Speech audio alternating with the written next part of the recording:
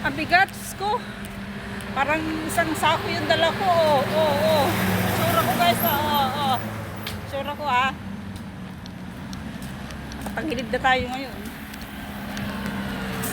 Yan yung mga bahay dyan. Laki. Steady. Dito yung bus stop. Ay, mainit na naman. Nagrurumba yung sasakyan Katakot yun. Nagrurumba. Ang ganda ng mga ano na yan. Mga puno. Katanggal ng stress. Diyan kaya ako tumira. Charot. Siguro maraming ahas yan dyan. Takot lang ako baka may ahas. Ano kaya kung sumayaw ko dyan? May views kaya ako. Guys, parang nakulak-ulak ako.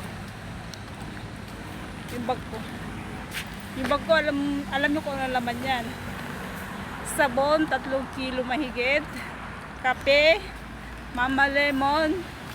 Tapos, itlog. Siyempre, di mawawalang bunay. May bisikleta din nadaan.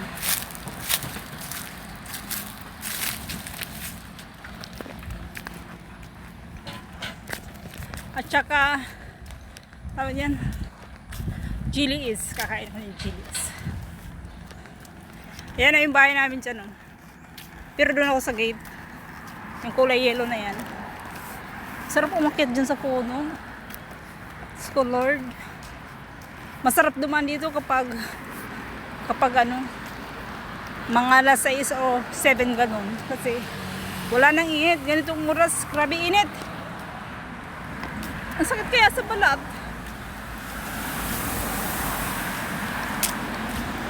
Dami sasakyan lumaraan. Highway kasi yung harap. Diretso yung takbo nila kasi walang stoplight dyan. Stoplight andun sa unahan. Meron akong nakita ang puno. Ayun Kakaiba yung bunga niya. Diba? Ay, ako may ahas. May duman na bisikleta. Hindi ka man na nagpito. Wala ka talaga manong.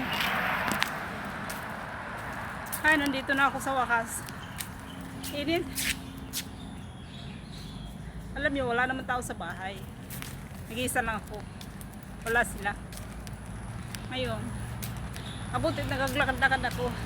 Ang ganda ng halaman Huwag kang gumalaw, hawakan lang, diba? Hindi pwede bitisain. Pagalitan tayo. Dadaan lang tayo kasi wala naman tayong amo dyan.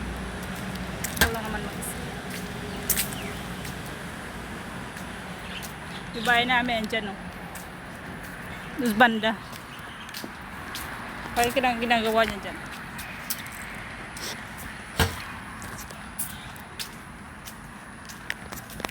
Paudo.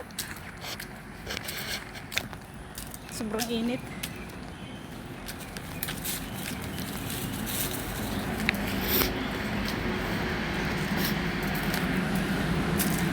Yung mukha ko itsura.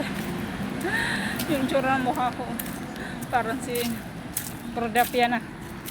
Akala ko ano yan. Yung gayaban. Hindi pala siya gayaban. Bigat talaga niya.